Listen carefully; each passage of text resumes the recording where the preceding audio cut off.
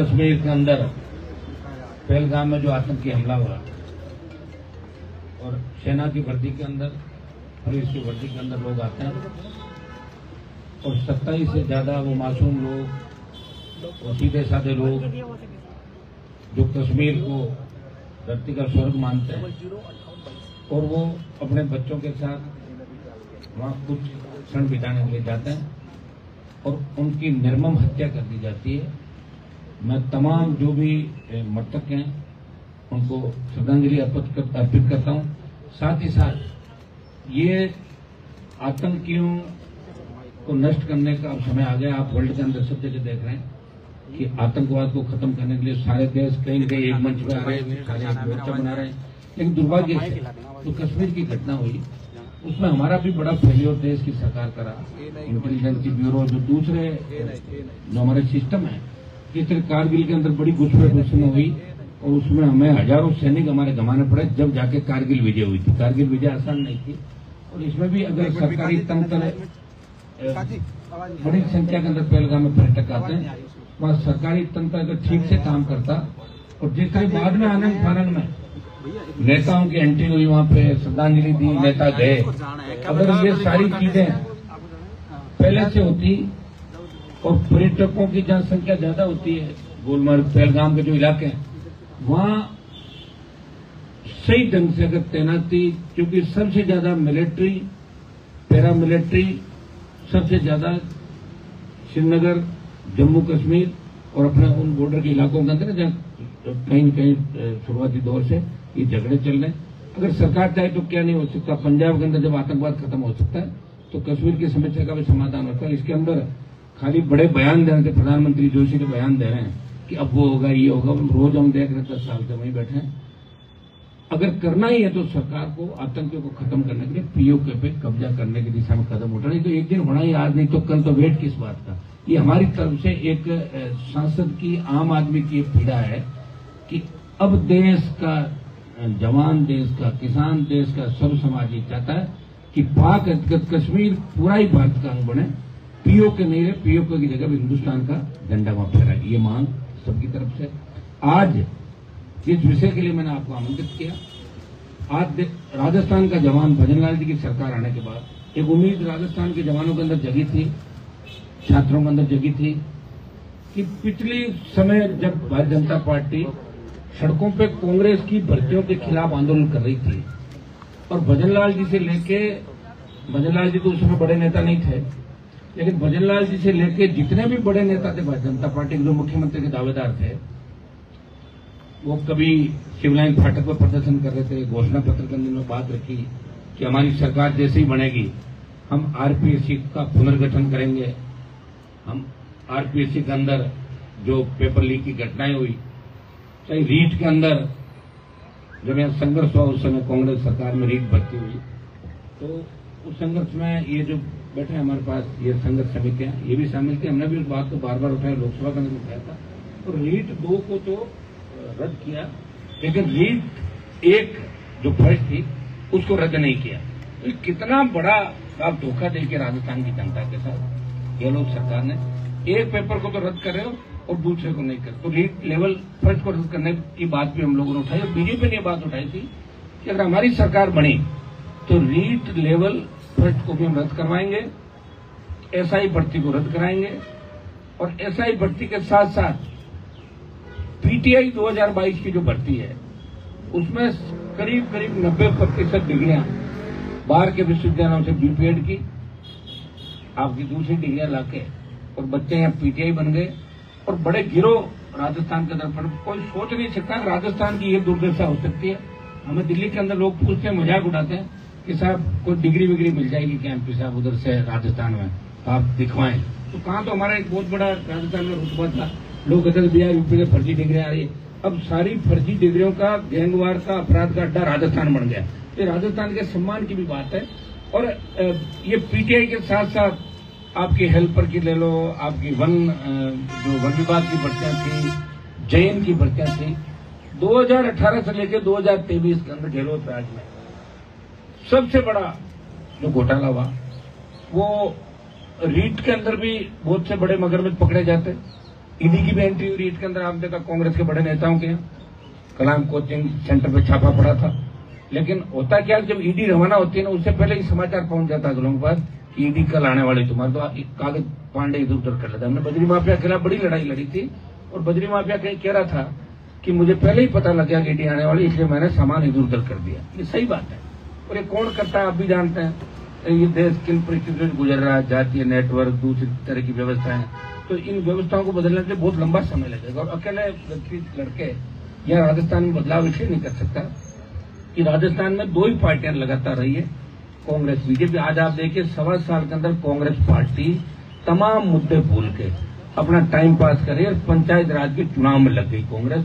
भूल गई कांग्रेस कि हमारी और भी कोई ड्यूटी है।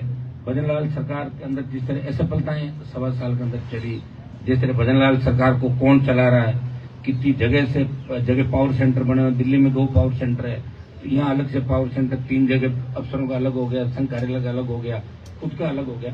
5-5 जगह से मुख्यमंत्री अगर चल रहे हैं, उनको पता ही नहीं मुख्यमंत्री को कि मेरा आज का दिन क्या कार्यक्रम रहेगा और कल क्या रहेगा। कहीं खरबूजे काट के खिला रहे हैं, कहीं इनसे कोई माहौल थोड़ी बनेगा राजस्थान के अंदर। सब जानते हैं भजनलाल जी के अंदर कितना बचपना है। राजस्थान के बच्चों को अगर जाके पूछना है, भजनलाल जी हंसने लग जाते हैं। बच्चे ये कहते हैं हमें भजनलाल मत कहो और कुछ भी कह दो।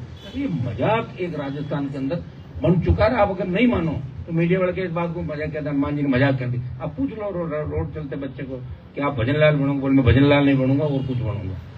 ये हालात राजस्थान की, मैं नहीं कह रहा हूँ, ये पूरा राजस्थान और देश चीख चीख के कह रहा है, क्योंकि उनकी कथनी और करने के अंदर कुछ भी नहीं। जब पूर्व मुख्यमंत्री ने क्या बयान दिया बताओ, वसुंधरा जी का बयान था कि पानी को लेकर अफसर सो रहे हैं और जनता त्रस्त है।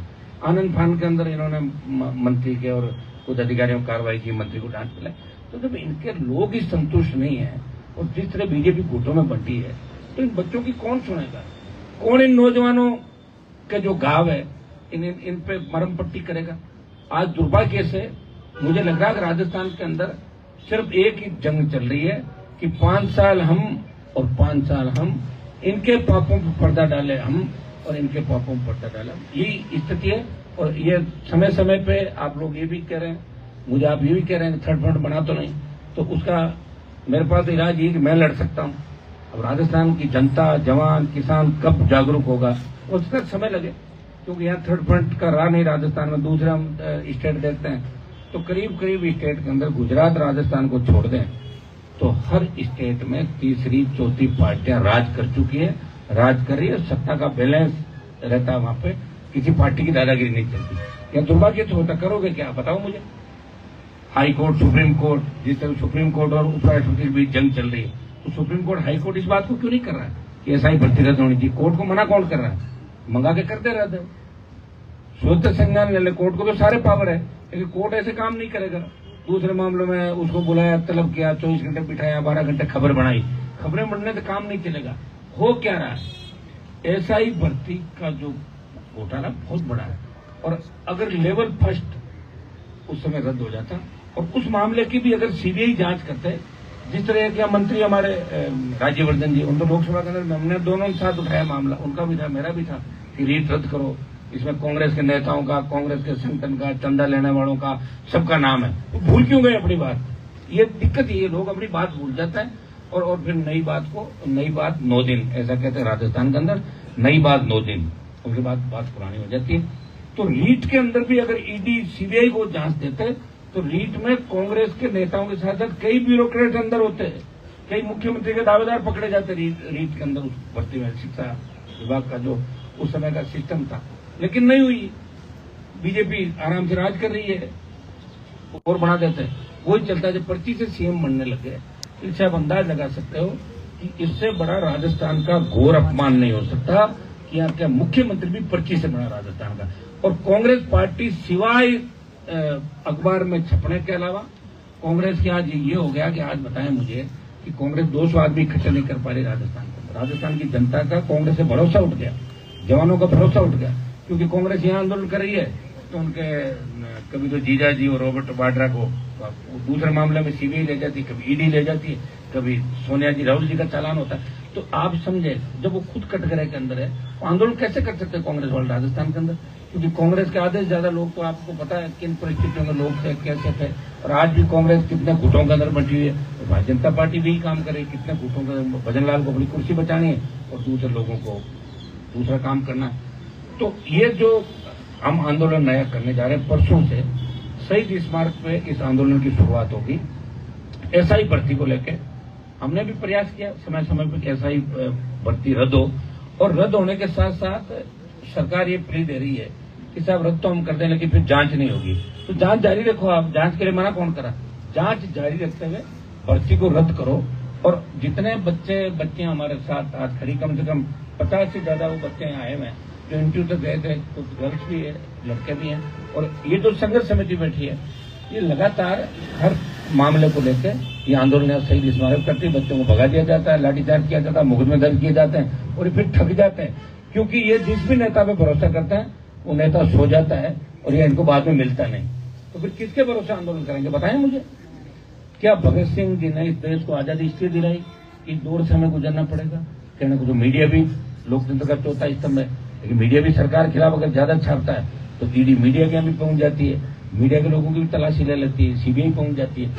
तो हम सब मिलकर इस प्रदेश को बचा सकते हैं, इस देश को बचा सकते हैं। और आज नहीं तो कल किसी न किसी को तो आना ही होगा।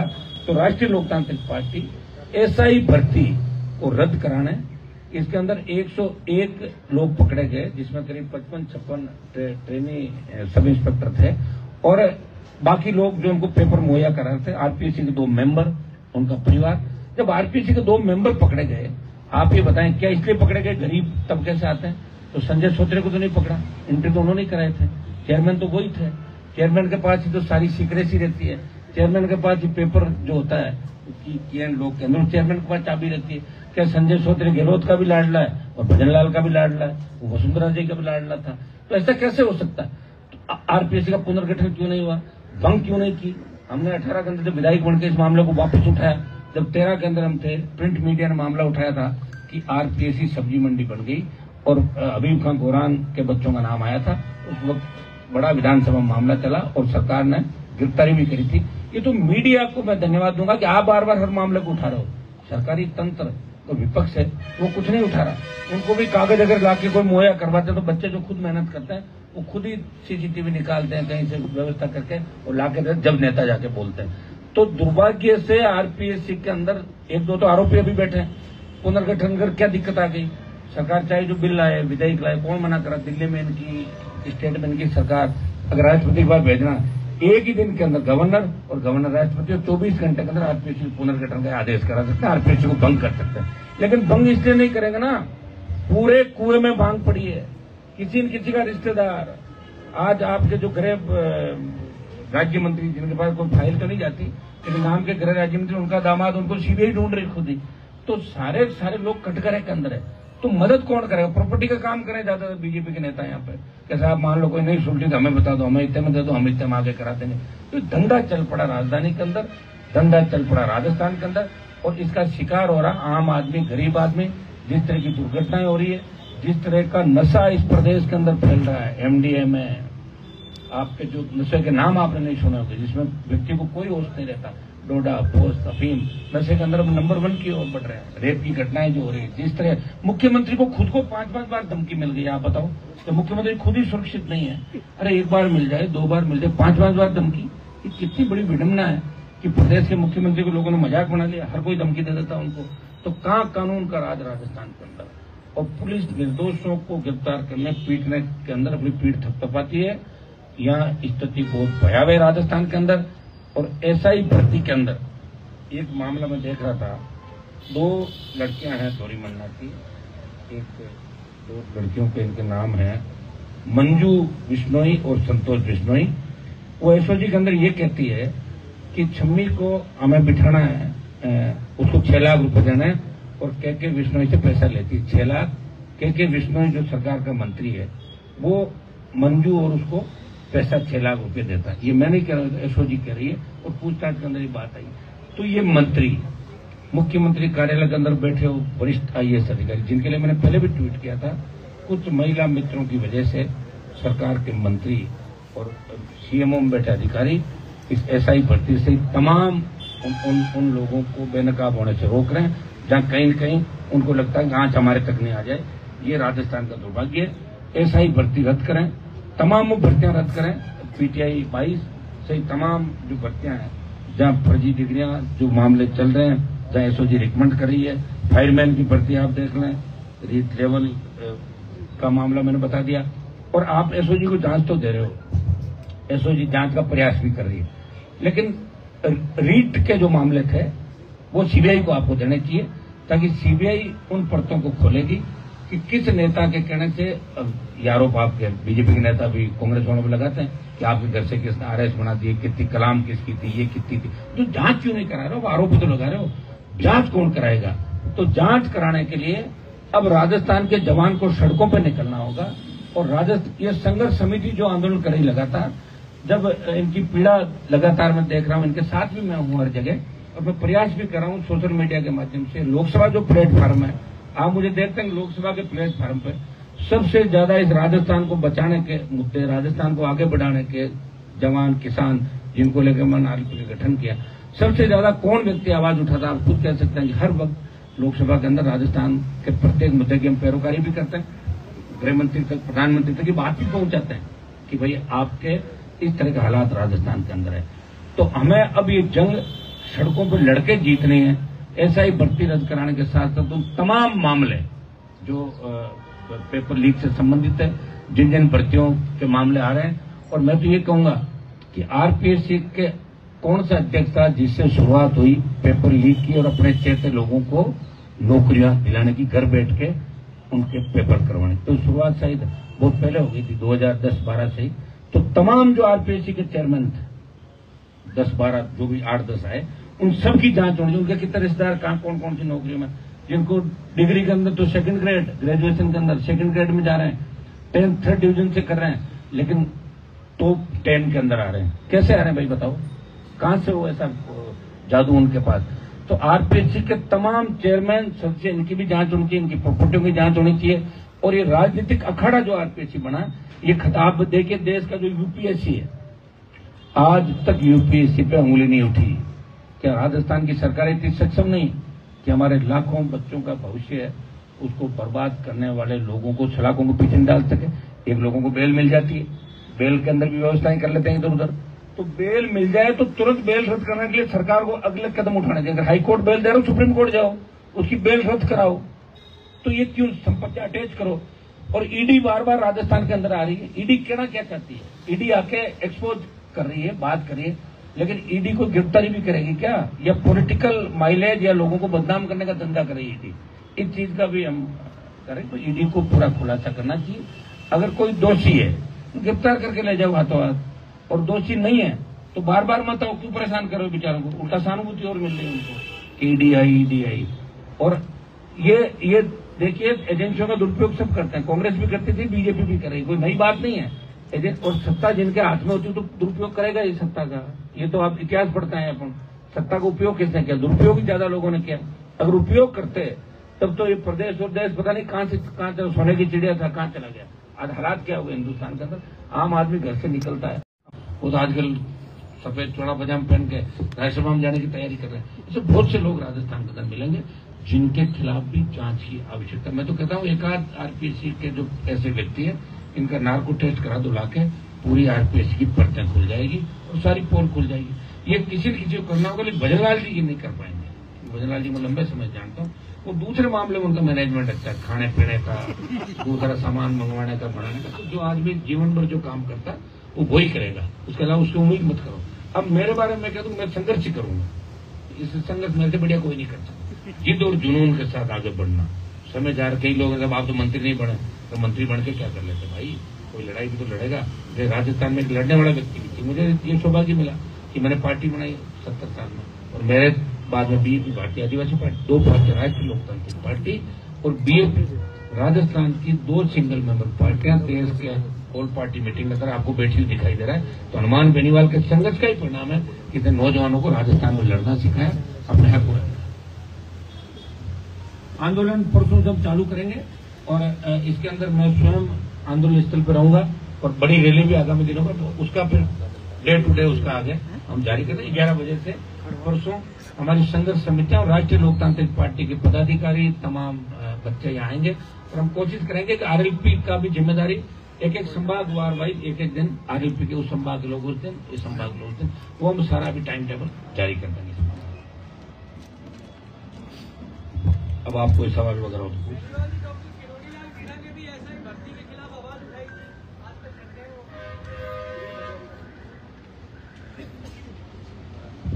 ये पेपर जो आरपीएससी का 35 दिन पहले लीक हुआ था, तो आप बताओ 35 दिन में कितने लोगों के पास पहुंचा होगा? 15 मिनट में पहुंच जाता है, 1 मिनट में पहुंच जाता है। भर्ती रद्द के साथ साथ जांच जारी रखें और रीट की एक जांच आप जो है वो सीबीआई से कर रहे हो, इसमें काफी लोग पकड़े जाएंगे, कई मुख्यमंत्री के दावेदार अंदर जेल में मिलेगा, वो करना होगा। नहीं करोगे तो राजस्थान की जनता सवाल उठाएगी, हम भी उठाती सवाल। कई लोग मुझे कह रहे साहब आप क्यों से चुनाव हार गए, भगत सिंह फांसी पे चढ़ गए, देश आजाद हो गया, उससे क्या करना? लड़ तो रहा हूं भाई। एक व्यक्ति लड़ाई क्यों लड़ रहा है? वो तमाम कराने हैं जिनके नाम से वोट मिलते थे राजस्थान में, कहां गए? भाग्य सारे जिनकी सीट उठा ली, जिनकी सीट उठा ली, कम से कम खुद के उससे बैठा तो इस राजस्थान का सम्मान बचाने के लिए। आप सवाल करो दो चार ढंग के हैं। जी किरोड़ीलाल मीणा जी ने भी ऐसा ही भर्ती लीक के लिए लड़ाई लड़ी, आजकल ठंडे बैठे हुए। वो तो आप उनको ही पूछो, खुद को ही सुनो। वो आप रोज जाते रहते हो उनके पास और आपकी बात भी होती है, वो उनको पूछो। लेकिन मैं अब देखो सुनो, मैं पहले भी इनके खिलाफ मैं बोल रहा हूँ समय समय पर।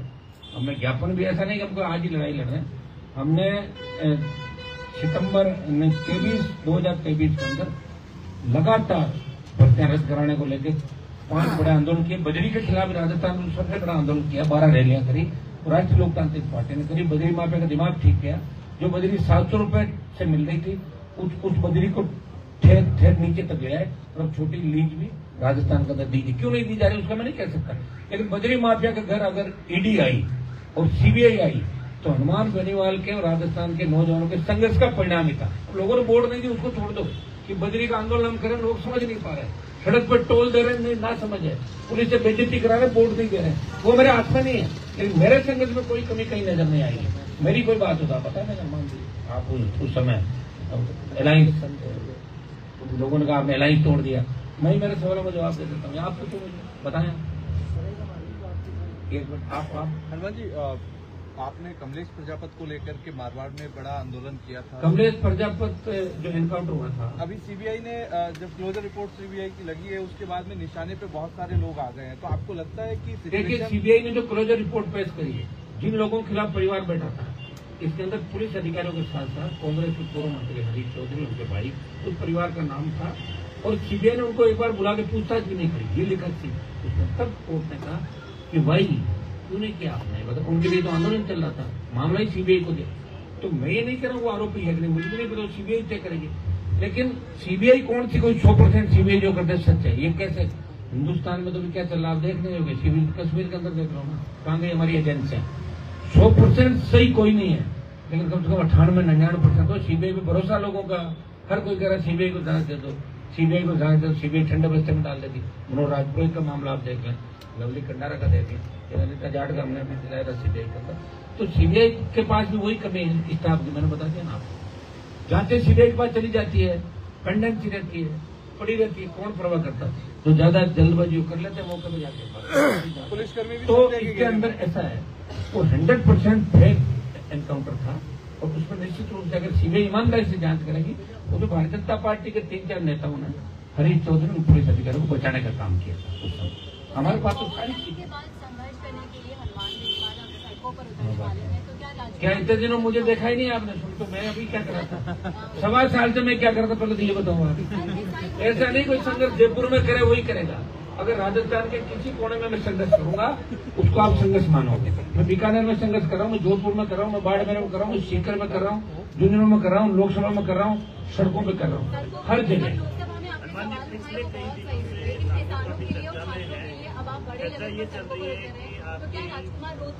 छात्रों के लिए तो आप देखिए मैडम, छात्रों के लिए छात्र चुनाव को लेकर मैंने 1 महीना खराब किया। मैं ये क्या कहूंगा कि मैंने खराब किया, राजस्थान के छात्रों में दम नहीं।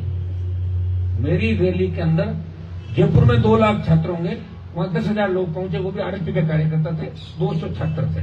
मैं क्या कर लूंगा? मैं तो लड़ ही रहा हूं, मैं 28 की लड़ाई लड़ूंगा। आपको जो भी बड़ी सीट आएगी नहीं, मैं लड़ रहा हूं। बस हनुमान बेनीवाल लड़ाई लड़ रहा है। अब राजस्थान की जनता साथ दे नहीं चाहिए, इनकी मर्जी।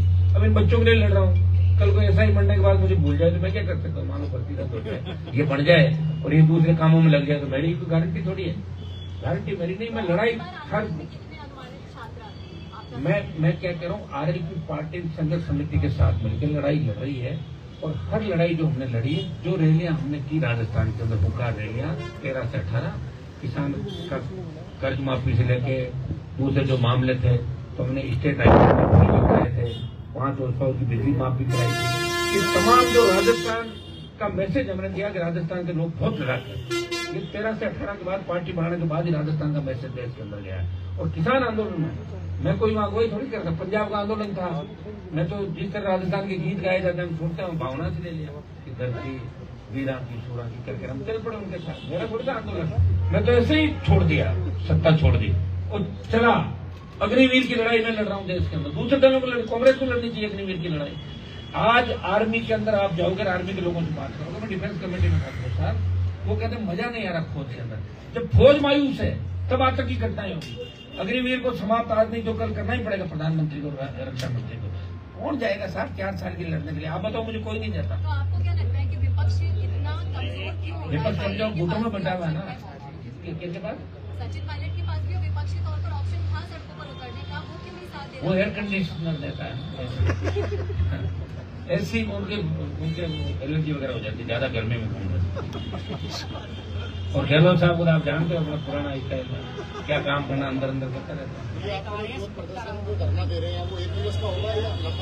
हो गया जो शुरू, लेकिन आप कम से कम ये तो मत कहो मैं उतर रहा हूँ। मैं तो 25 साल से सड़कों पर ये बोलो कि 2003 से लेके एक व्यक्ति सड़कों पर ही है जो सत्ता को ठोकर मार के दिल्ली तक जा रहा है। पहलवान बेटियों को आवश्यकता पड़ी, राजस्थान का सम्मान बढ़ा रहा है।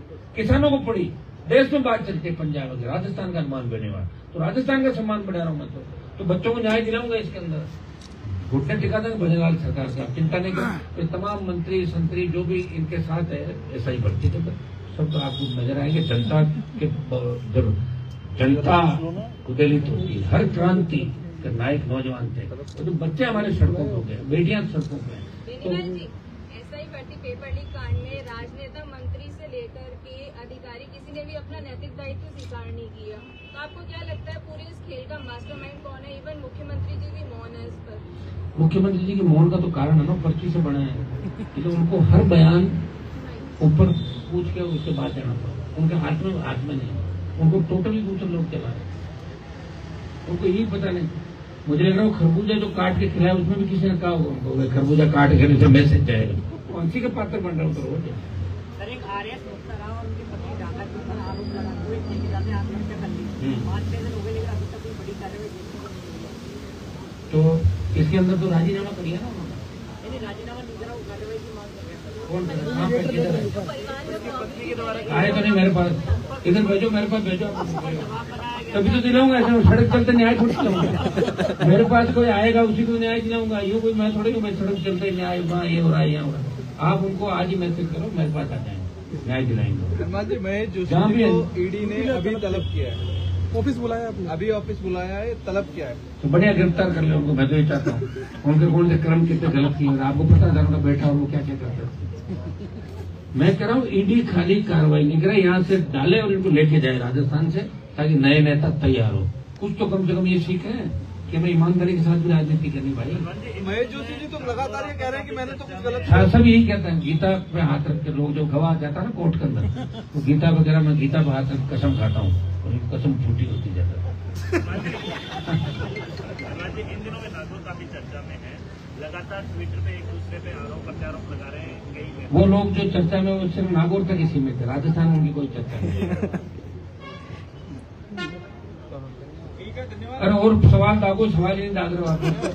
अशोक गहलोत, डोटासरा, टीकाराम जूली, तमाम लोग पीएचक्यू जा रहे हैं गिरफ्तारी देने के लिए। अभी वो तो उनको वैसे ही करेंगे गिरफ्तार थोड़े दिनों बाद। उनको वो जाके प्रैक्टिस ये करें, बाद में जैसे अरेस्ट करें ना किन्हीं मामलों में, तो पीछे तो नहीं माहौल कैसा है, माहौल देखा। इनकी तो सही जांच होगी, गिरफ्तारी है। मेरी बात सुनो, सही जांचें अगर हो गई तो फिर सारे जाएंगे अंदर। वो सही जांच कब होगी? सर आप सोशल मीडिया पर बहुत वायरल कर रहे हैं, हरीश चौधरी को लेकर एक बयान आपका अभी सुर्खियों में है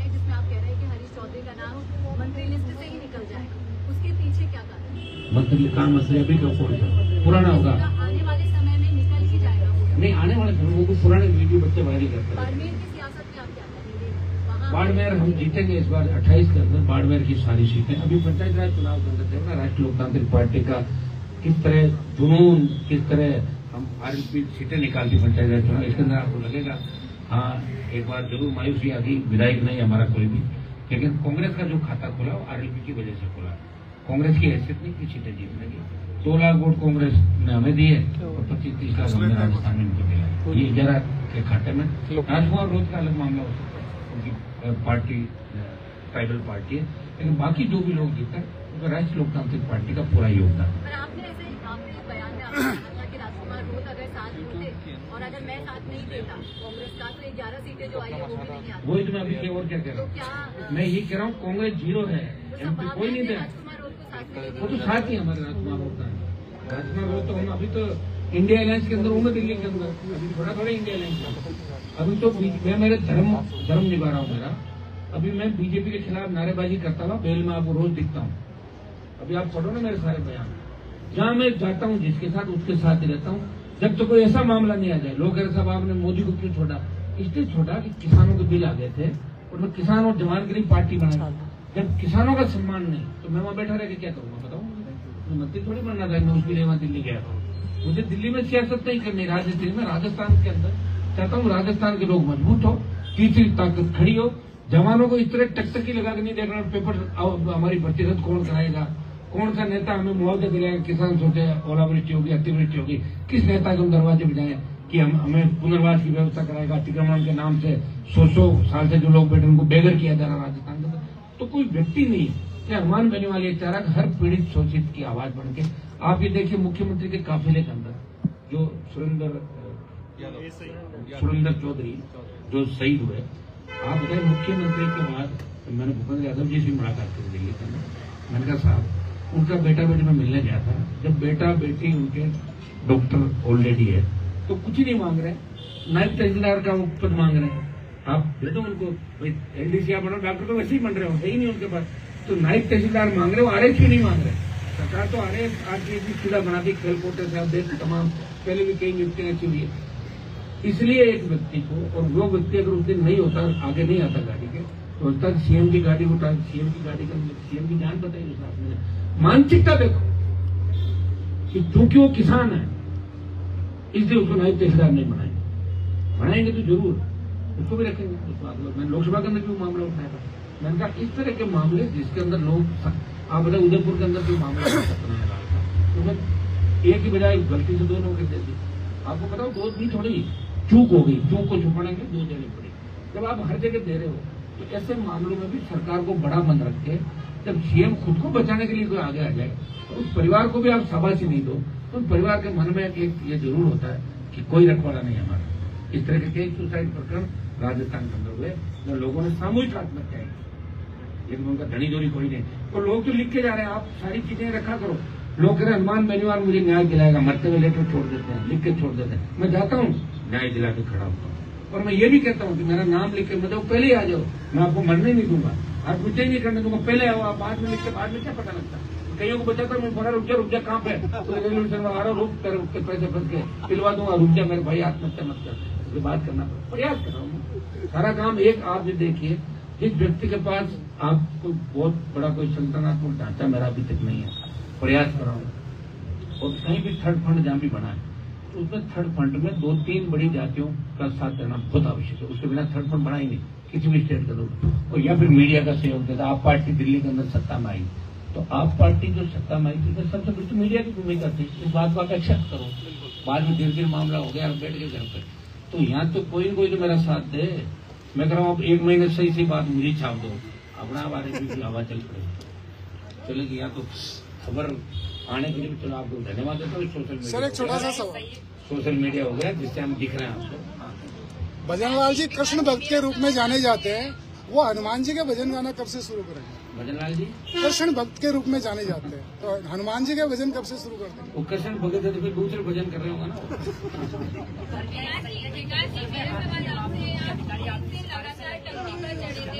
क्या जी? टंकी पे चढ़े तभी तो मेरे बराबर बैठे हैं, टंकी में नहीं चढ़े तो डॉक्टर सामने। ऐसी मांगे नेता नए नए बच्चे। सर क्या ये सही है कि सत्ता आने के बावजूद भी अधिकारी आपके सिफारिश से परीक्षा रद्द कराएंगे, तो क्या माने कि सरकार ने उनकी बात भी नहीं मानी? वादा तो किरोड़ी लाल जी ने नहीं, पूरी सब कैबिनेट कमेटी ने कर दिया, 6 कैबिनेट मंत्रियों ने कर दिया। इससे बड़ी बात क्या हो सकती है? पूरी कैबिनेट कमेटी कर रही है और एक कैबिनेट कमेटी, सब कैबिनेट कमेटी में जो लोग हैं वो पूरी कैबिनेट का नेतृत्व करते हैं। और उसके बाद भी दुर्भाग्य है कि 35 दिन पहले जो पेपर लीक हो गया, एसओजी ने जिस जांच में यह बता दिया कि यह पेपर सीधा आरपीएससी के चेयरमैन और सदस्यों द्वारा लीक हुआ है। आज 2 सदस्य जेल में हैं, लेकिन जो जिन चेयरमैन की संलिप्तता थी, संजय चौधरी से कोई पूछताछ आज तक नहीं हुई। उसके अलावा जो सदस्य है मंजू शर्मा, उनका नाम इस मामले में आया, लेकिन उनसे आज तक कोई पूछताछ नहीं हुई। ये तो भला हो कि राजस्थान में यह भूमिका विपक्ष को, कांग्रेस को निभानी चाहिए थी, लेकिन आज तीसरा मोर्चा आरएलपी पार्टी के नेतृत्व में ये पीसी रखी गई है। और आदरणीय हनुमान बेनीवाल जी ने आह्वान किया है कि पूरी मजबूती के साथ जो बेरोजगारों के साथ अत्याचार हो रहा है, जिस तरह पेपर लीक के साथ, नॉर्मलाइजेशन के साथ, इंटरव्यू के साथ युवा नौजवानों का गला घोटा जा रहा है, उसके खिलाफ पूरी मजबूती से आरएलपी पार्टी के बैनर तले ये युवा बेरोजगार लड़ाई लड़ेंगे। और हमारी मुख्यमंत्री जी से मांग है कि आप ही के सरकार के मंत्री डॉक्टर किरोड़ी लाल जी, वो विपक्ष में भी बैठे थे, उस टाइम भी वो ये कह रहे थे कि पेपर रद्द कर दो। शहीद स्मारक पर उन्होंने भी 5 दिन धरना दिया था, और उन्हीं की बदौलत या उनके संघर्ष की बदौलत ये सरकार सत्ता में आती है। लेकिन अगर वो मंत्री ज्यादा बोलता है तो किरोड़ी लाल जी खुद कहते हैं कि सरकारें नाराज हो जाती है। तो हमारे पास तो कुछ एक चेहरे हैं राजस्थान में, आदरणीय हनुमान बेनीवाल साहब, डॉक्टर किरोड़ी लाल जी, लेकिन वो सत्ता में हैं तो उनकी आवाज दबा दी जाती है। अब हम हनुमान जी बेनीवाल जी के नेतृत्व में पूरी मजबूती से आंदोलन करेंगे। और हमारी एक ही मांग है कि जिस थानेदार भर्ती में 500 से अधिक भर्ती थानेदार बन गए, ऐसे थानेदार जो अपने अपने थानों में सेकंड एसएचओ के रूप में नियुक्त होते हैं, अगर वो गलती से 2 लाइनें किसी के खिलाफ लिख दें तो आदमी को 20 साल की जेल हो सकती है। लेकिन दुर्भाग्य है कि मुख्यमंत्री जी कहते थे कि अभी तो बंसी बजी है लेकिन चक्र चलना बाकी है, लेकिन मुझे वो चक्र चलता हुआ दिखाई नहीं दे रहा है कहीं। करो ना आप संजय चौधरी को गिरफ्तार, करो ना शिव सिंह राठौर को गिरफ्तार, करो ना मंजू शर्मा को गिरफ्तार। अरे गिरफ्तारी तो दूर, क्या आपने इनसे पूछताछ भी की? नहीं की। आज 50 थानेदारों को गिरफ्तार कर लिया, लेकिन ये आंकड़ा 50 का नहीं है। एसओजी के एडीजी वीके सिंह जी कहते थे कि हमारी रडार पर 300 थानेदार हैं, लेकिन सरकार का दबाव ऐसा है कि 10-15 दिन के अंदर एक गिरफ्तारी होती है सिर्फ। और एसओजी के पास ना तो कोई साधन है, संसाधन है, ना कोई स्टाफ है। इसके बावजूद इतना बड़ा भ्रष्टाचार जिसमें आरपीएससी चेयरमैन संलिप्त है, सदस्य संलिप्त है, 35 दिन पहले पेपर लीक होता है, एसओजी कहती है, पुलिस हेडक्वार्टर कहता है, और राजस्थान का सबसे बड़ा लीगल ऑफिसर एडवोकेट जनरल इस बात को रिकमेंड करता है। मैं आपकी जानकारी के लिए मीडिया बंधु को बता दूं कि जो एडवोकेट जनरल होता है, एडवोकेट जनरल उस व्यक्ति को बनाया जाता है जो एक न्यायाधीश पद की योग्यता के काबिल हो। उसके बावजूद भी उस न्यायाधीश की यानी उस महाधिवक्ता की बात को नहीं मानी जा रही। पूरी जो कैबिनेट है वो सरकार का नेतृत्व करती है, उस कैबिनेट कमेटी की सिफारिशों को नहीं माना जा रहा। इससे बड़ा शर्मनाक वाकया क्या होगा? आप मीडिया बंधु लगातार 3, 4, 5 सालों से नहीं, पूरे समय से युवा बेरोजगारों की बातों को उठाते रहे, और ऐसा ही भर्ती में तो हम 3-3 दिन भूखे प्यासे पानी की टंकी पर चढ़े, तब यह मुद्दा कहीं ना कहीं लाइमलाइट में आया। और आपको भी नहीं लगता होगा कि एसडीएम जैसे लोग इस भर्ती परीक्षा में डमी बैठे। सोचो क्या हालत होगी। आपने देखा, अभी मीडिया के बंधु सवाल कर रहे थे कि जो मुक्ता राव जी का प्रकरण है, तो मैं तो खुले रूप से कहना चाहता हूं कि जो लोग सिस्टम में लाखों रुपए देकर आए, वो आम जनता से करोड़ों रुपए वसूलने का काम करेंगे, इस गरीब भोली वाली जनता को लूटने का काम करेंगे, और इस राजस्थान का बेड़ा गर्क करने में उनका सबसे बड़ा योगदान होगा। इसलिए हमारी तो मांग है आदरणीय भजनलाल जी से कि इन युवा बेरोजगारों के साथ न्याय करें। नॉर्मलाइजेशन के नाम पर लगातार घोटाला हो रहा है। पशु परिचर भर्ती परीक्षा देखोगे, उसमें कुछ भारियों के साथ उनको अधिक वेटेज देकर उनके नंबर 25 से 30 बढ़ा दिए गए। उन युवाओं के साथ अन्याय किया गया, और चेयरमैन साहब विदेश में छुट्टियां मनाने चले गए। सोचो कितना बड़ा शर्मनाक वाकया है। ओबीसी में आरक्षण की विसंगतियां चल रही है, उनको बराबर वेटेज नहीं दिया जा रहा है, नॉर्मलाइजेशन के नाम पर घोटाला हो रहा है, और जिन सब इंस्पेक्टर भर्ती परीक्षा में जिन सदस्यों ने इंटरव्यू लिए वो आज जेल में बैठे। किस आधार पर ये लोग नियुक्ति देने का काम कर रहे हैं? और सबसे बड़ी बात, जो सुप्रीम कोर्ट है, उन्होंने अभी बंगाल वाली भर्ती में जजमेंट दिया और 25,000 शिक्षकों की भर्ती को रद्द कर दिया। इस बात को लेकर किया सर कि उसमें यह मामला था, सुप्रीम कोर्ट के चीफ जस्टिस संजीव खन्ना जी ने यह कहा कि किसी भी भर्ती परीक्षा में कितने लोग ईमानदार हैं, उससे ज्यादा तवज्जो इस बात को दी जानी चाहिए कि भर्ती परीक्षा पारदर्शिता के साथ हो रही है या नहीं हो रही। यह सुप्रीम कोर्ट का जजमेंट है। बंगाल भर्ती के 25,000 शिक्षकों की भर्ती 2016 की रद्द कर दी और पिछली सरकार की, पूर्ववर्ती सरकार की भर्ती है। हम तो कह रहे हैं क्यों कांग्रेस सरकार के काले कारनामों को भजन लाल सरकार गले में डाल के घूम रही है। हमें तो उम्मीद थी कि युवाओं ने सरकार को आईना इस बात के लिए दिखाया कि युवाओं के मुद्दे पर खरी नहीं उतर दी और बीजेपी सरकार सत्ता में आई, तो आज बीजेपी को इन युवाओं के मुद्दे पर भूमिका निभानी चाहिए। एसआई भर्ती के मुद्दे पर आए थे, मुझे याद है मैं राजेंद्र राठौड़ जी के पास गया था, मैं सतीश पूनिया जी के पास गया था। उन्होंने वादे किए थे बड़े बड़े कि हम एसआई भर्ती रद्द करवाएंगे, हम आरपीएस का पुनर्गठन करवाएंगे, लेकिन आज उन लोगों की बोलतियां बंद और मुख्यमंत्री जी तो मिलना ही नहीं चाहते। जवाहर सिंह मैडम जी के पास तो 3-3 बार चले गए, कोई जवाब ही नहीं है। मुख्यमंत्री जी मिलना पसंद नहीं करते बेरोजगारों से। इससे बड़ा शर्मनाक वाकया कुछ हो नहीं सकता। मैं तो 1.5 महीने मुख्यमंत्री जी के चुनाव प्रचार में रहा हूं सांगानेर में, और मैं तो बीजेपी का कार्यकर्ता या मुख्यमंत्री जी का एक बेटे के तौर पर मैंने काम किया। मैंने पहले दिन कहा कि साहब एसआई भर्ती में बहुत बड़ा घोटाला हुआ है, मैं तो आपके साथ लगा हूं, लेकिन उसके बावजूद भी मैंने जो नतीजा देखा, परिणाम देखा, उसके बावजूद उपचुनावों में मुझे पानी की टंकी पर चढ़ना पड़ा। मेरे साथी भाई है लालू, हम दोनों 3 दिन पानी की टंकी पर रहे, लेकिन सरकार के कानों पर जू तक नहीं रहेंगी। अब आदरणीय हनुमान जी बेनीवाल जी साहब के नेतृत्व में कल के बाद यानी परसों से शहीद स्मारक पर अनवरत रूप से धरना दिया जाएगा और मैं तमाम राजस्थान के युवा बेरोजगारों से आह्वान करना चाहूंगा, यह आपके हक और अधिकार की लड़ाई है। इस तानाशाही सरकार के खिलाफ बिगुल बजाना होगा, क्योंकि भगत सिंह कहते थे कि गुंगों और भैरों को सुनाने के लिए धमाकों की जरूरत होती है, और वो धमाका आरएलपी पार्टी के नेतृत्व में होगा, हनुमान बेनीवाल जी के नेतृत्व में होगा। इतना ही मैं कहना चाहूंगा। धन्यवाद। Thank you. सबसे पहले तो मीडिया को धन्यवाद, युवाओं के मुद्दों पर यहाँ पहुंचे, और धन्यवाद हनुमान बेनीवाल जी का जिन्होंने युवाओं की पीड़ा को समझा और साथ खड़े हुए। ये लड़ाई तुम लड़ी रहे पिछले 1.5-2 सालों से लगातार। जब सरकार बात करती है मगरमच्छों को गिरफ्तार करने की, तो उनको तो गिरफ्तार वो करते नहीं है, लेकिन हमको जरूर गिरफ्तार करते हैं। इस सरकार ने पिछले 1.5 सालों में 5 बार मुझे गिरफ्तार किया, आपकी जानकारी में होगा। तो बताना चाह रहा हूं मैं आपको कि ये सरकार की प्रवृत्ति क्या है। जो भजन लाल जी कहते हैं कि मैं युवा हितैषी हूं, युवाओं के लिए काम करूंगा, युवाओं के आंसू पोंछने आया हूं, मैं भजन लाल जी से ये पूछना चाहता हूं कि भजन लाल जी, अगर आपका बेटा एसआई का पेपर दिया होता, आपका बेटा पशु परिचर का पेपर दिया होता, क्या तब भी आप यही कहते कि हमें जांच करेंगे, न्याय करेंगे? भजन लाल जी, आपके बेटे की तो बेरोजगारी आपने दूर कर दी, आप मुख्यमंत्री हो गए। अब उसका बाप जब मुख्यमंत्री है तो बेटे को जरूरत नहीं पड़ रही, लेकिन ये राजस्थान के लाखों बेरोजगार गरीब किसानों के बेटे हैं, इनकी आवाज को आप दबाओ मत। और एसआई भर्ती हो, चाहे जेईएन भर्ती हो, चाहे लाइब्रेरियन भर्ती हो, चाहे पीटीआई भर्ती हो, तमाम भर्तियों में फर्जीवाड़े हुए। मैं मीडिया के साथियों से कहना चाहता हूँ, आप को मौका मिलता है सीएम की वीसी में जाने का, सीएम से बात करने का, एक बात जरूर पूछना कि जब आप एसआई भर्ती पर 1.5 साल से निर्णय नहीं कर रहे हो और आप बात कर रहे हो 5 साल में भर्ती में हुए भ्रष्टाचार के घोटालों की जांच करने को लेकर, आप बाकी भर्तियों में निर्णय कब करोगे? आप युवाओं को बेवकूफ बना रहे हो। आपके पास में 3.5 साल और बची है, जो करना है वो कर लो, नहीं राजस्थान की जनता आपको घर बैठा देगी, यही सत्ता में लाए। और मीडिया से मेरा निवेदन है कि परसों से माननीय हमारे हनुमान बेनीवाल जी ने जो आह्वान किया है, आपको भी उपस्थित रहना है और ये आंदोलन आगे बड़ी मजबूती से लड़ा जाएगा। प्रदेश के पूरे युवा बड़ी ताकत के साथ पहुंचे। आज अगर आप लड़ने वाले व्यक्ति के साथ में खड़े नहीं होते हो तो आने वाले दिनों में ना तो मनोज मीणा मिलेगा, ना हनुमान बेनीवाल जी मिलेंगे, ना हमारे साथी मिलेंगे। इसीलिए मैं आपसे कह रहा हूँ, हमारा को मौका मिला है, इस लड़ाई को ताकत से लड़ेंगे। और तमाम मीडिया का धन्यवाद, तमाम युवाओं का धन्यवाद, आप इस मुद्दे पे पहुंचे।